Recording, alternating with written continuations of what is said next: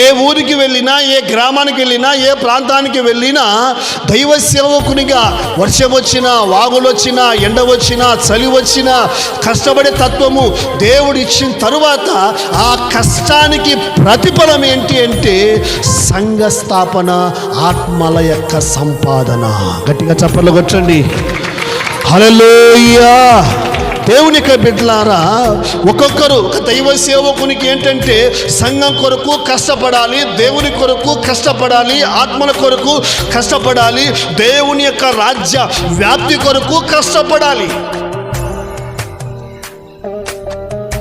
మీకోసము ఉపవాసం ఉండి ప్రార్థన చేయాలి, తెల్లవారుజాము లేచి ప్రార్థన చేయాలి. మీ యొక్క అక్కర్లు తీరాలని, వ్యాధులు తీరాలని, దరిద్రము తొలగాలని, పేదరికము తొలగాలని, మీ పిల్లలు బాగా చదవాలని. ఏదో 4 మాటలు చెప్పి 4 మాటలు ప్రార్థన చేసి అది ఎవరేం చేస్తారు?